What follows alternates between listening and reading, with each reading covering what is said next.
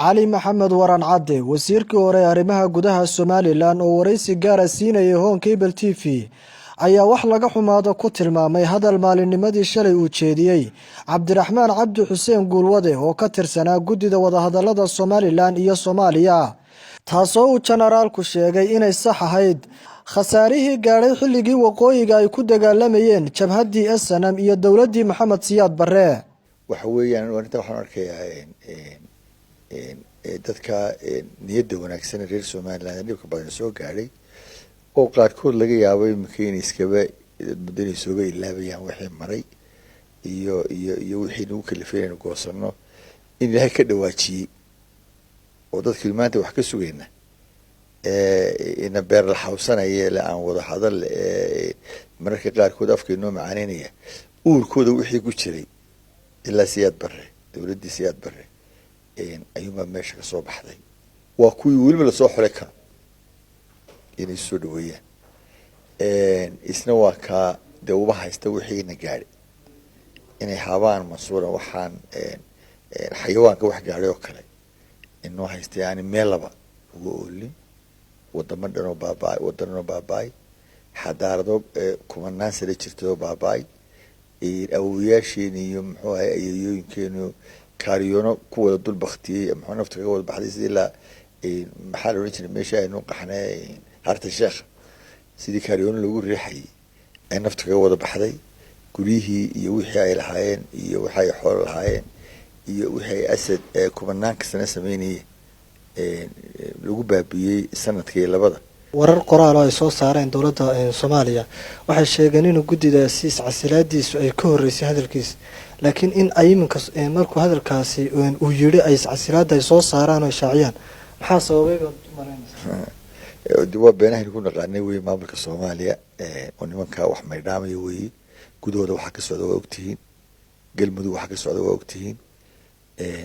waa maafiya ka jirta meesha boobaal isku haya xukunka lagu dagaalamaya dadka qeylina waa arkaysaan marka inay taabeen ka sheegaan wax la biciidsan kara maaha laakiin de nasiib darro mar uu afkiisii ka soo baxado wixii calooshooda ku jira afka xaday ayay imika taas wax justification ma laha waana waxa ay wax ka sii fog waxay noo hayaan maamulkaasuna oladaas inoo haya waxa kaaga daran taa ay ka hadlayaan inta qarsoon ay nafagayaan geesta kale Cali Maxamed Waraan Cadde ayaa ku tilmaamay maamulka hadda ka arrimiya dawladda federaalka Soomaaliya inaanay lahayn qorshe iyo nidaam ay ku horumariyaan baleynkooda waxaanu ka dhawaajiyay talaabada ku aadan hadalka generaalka ee ay qaadi doonaan waxaan la yaabay wadanka dhan ninka xukuma wadanka waxa isku dhacaya maalin walba majaajirka iyo muxuu xabar wareedka lagu wado inay yaro aan isleemana wuxuu ahaa kuwii qoladii mashkiilada ka tagtay malaabla reer Soomaaliya dheeran bari caalan iska soo qaatay halkan khayrida agteeda oo ma loo geliyay ayuu intuu halkaa uga yeedhay ayuu dabeedna isagoo albaabkiisa qaraxyo ka dhacayaan inay yaro shaadu ku sawiranayay Hargeysa ka gashaday khayrida hoosteeda ayaa isagoo qaraxu ka dhacayo muxuu ahaayeen madaxtooyada horteeda xamar ayuu halkaa ka arkay markaasuu yeedhay markaasuu laabta gashaday waxa gudahooda ka dhacayaan ku fakareen iyo madaxdooyina baaba'aya heshiis waaye nabad waaye safgarad waaye inay dhibka ka joojiyaan waaye inuu arko taan arki waaye marada khayrida horteeda halkii diyaaradda lagu sameeyay hoosteeda inay ka marayaan halkaa ka arko xamar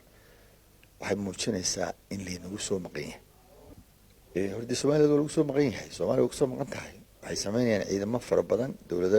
nimka jaalkan ka shaqeynaa way dabada ka wadaan waana mabda'ooda ugu dambeeyana kaasoo noqon doona inuu kala baxayna dagaal buu noqon doonaa Maxamed Joker Hon Cable TV Hargeysa adeega cusub ee shirkadda Dahabshiil iyo Dahab haddaba macmil adeegan cusub ee casriga ah waxa uu ku sahlayaa in adigoo jooga gurigaaga hoose goobtaada shaqo